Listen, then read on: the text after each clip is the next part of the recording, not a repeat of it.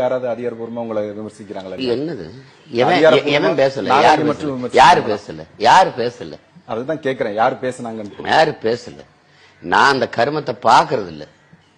நீ திமுக இருந்து நேரடியா உங்களை நாகரிகமற்ற முறையில யாராவது விமர்சிச்சிருக்காங்களா? பேச பெரியவர்கள் எல்லாருமே என் மேல அன்பு கொண்டவர்கள், நான் அவங்க மேல பெரிய மதிப்பு கொண்டவர்கள். அப்ப எனக்கு என்னுடைய தனிப்பட்ட இதுல எங்க ஐயா துரைமுருகன், எங்க ஐயா டி.ஆர். பாலு, எங்க அண்ணன் ஆ. ராஜா, எங்க அண்ணன் சிவா, திருச்சி சிவா, எல்லாரு மேலேயும் எனக்கு பேரன்பு உண்டு. உனக்கு தெரியும்.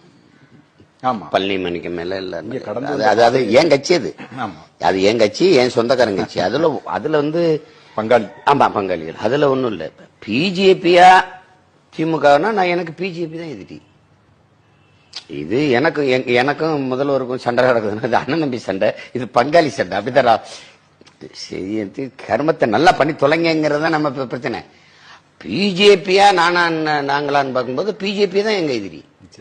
இப்ப அந்த இடத்துலதான் நம்ம சண்டை போடுவோமே ஒழிய, எனக்கு தனிப்பட்ட முறையில சின்ன வயதுல இருந்து நேசிச்சவன் நான் வந்து எங்க ஐயா துரைமுருகன், டி.ஆர். பாலு எல்லாம் இப்பவும் வந்து என் மேல அளவு கடந்து அனுபவிச்சிருப்பாங்க, பேசுவாங்க. குறிப்பா எங்க அண்ணன் சிவா, ஆ. ராஜா போல அறிஞர்கள்லாம் அந்த கட்சியில் இருக்கிறது வந்து அரிதிலும் அரிதான வாய்ப்பு தானே. அது அவர் பயன்படுத்திக்கிறாரா இல்லையாங்கிறது அது நமக்கு தெரியுது. மேதைகள்லாம் இருக்கிறாங்க அங்கே. அதெல்லாம் சும்மா கணிப்பொரிய மண்டைக்குள்ள வச்சிருக்கிற ஒரு ஆள் இருக்கிற இந்த கணிப்பொரிய துரைமுருகன். அது அன்னைக்கு கூட முதல்வரை சந்திக்கும் போது அவரை கூட்டு பக்கத்துல அவர் தான் எனக்கு பேசுறாரு. டேய் சீமா, அது சரியா தானடா பண்ணிட்டு இருக்கு, அப்படிதான் பேசுவாரு என்னோட.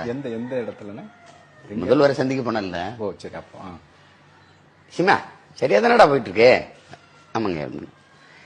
ஏன்னா அவருக்கு தெரியும், அவர் பையன் மாதிரி நான். அவர் மேல எனக்கு இருக்கிற அன்பும் அவருக்கு தெரியும், அவரு என் மேல வச்சிருக்க பாசமும் எனக்கு தெரியும், நான் உணர முடியும். அதுல வந்து ஒண்ணு பேச்சு கிடையாது. சரியா செய்யுங்கிறதா நம்ம ஏதாவது சொல்லல. இப்பதான் கையெழுத்துக்கே வந்திருக்காங்கடா அப்படி.